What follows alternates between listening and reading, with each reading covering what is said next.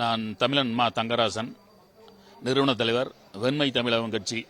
எங்கள் கட்சியானது சின்னம்மா அவர்களினுடைய கட்சிக்கு ஆதரவு தருவதற்காக சின்னம்மா அவர்களை இன்று சந்திக்க வந்தோம். எங்களுடைய ஆதரவை அவர்களுக்கு தெரிவித்திருக்கிறோம். அவர்களும் ஏற்றுக்கொண்டிருக்கிறார்கள்.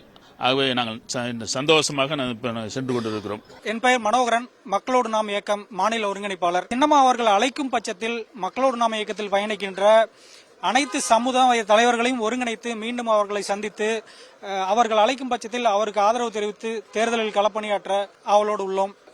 ஐயம் சேகர் நாயக்கர், இந்து வன்னியர் பேர நிறுவன தலைவராக இருக்கிறேன். இன்னைக்கு அம்மாவுடைய ஆலோசனை கூட்டத்தில் கலந்துக்கிட்டோம். ஆலோசனை கூட்டம் மிக சிறப்பாக இருந்தது. அவங்களுடைய கருத்துக்கள் நல்லா இருந்தது. அவங்களுக்கு தார்மீக ஆதரவு கொடுக்கலாம்னு சொல்ற ஒரு முடிவில் வந்திருக்கிறோம். கண்டிப்பாக நாங்கள் அம்மா யாரும் கையை காட்டுறாங்களோ அவங்கள வெற்றி பெற செய்வோம்.